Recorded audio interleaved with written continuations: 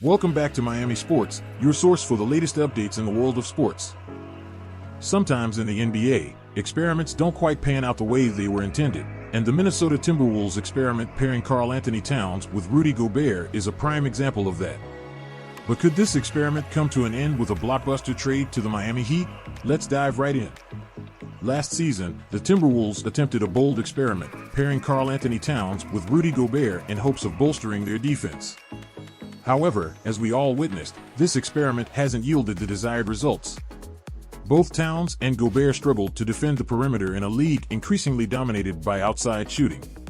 This raises the question, should the Timberwolves consider trading Towns to the Miami Heat?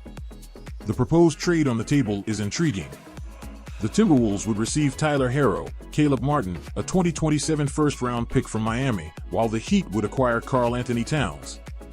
But when should a team give up on an experiment?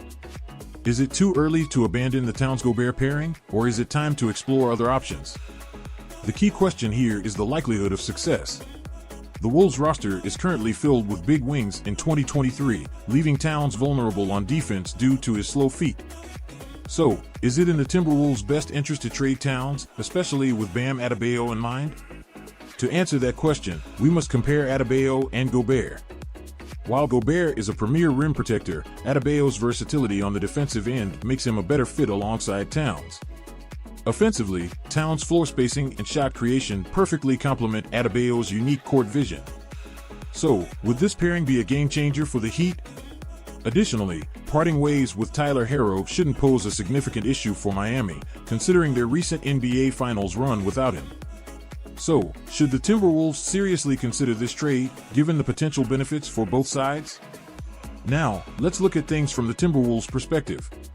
You might wonder why they'd be willing to trade Karl-Anthony Towns instead of Rudy Gobert. Well, Gobert's massive contract might make it difficult to find a suitable trade partner.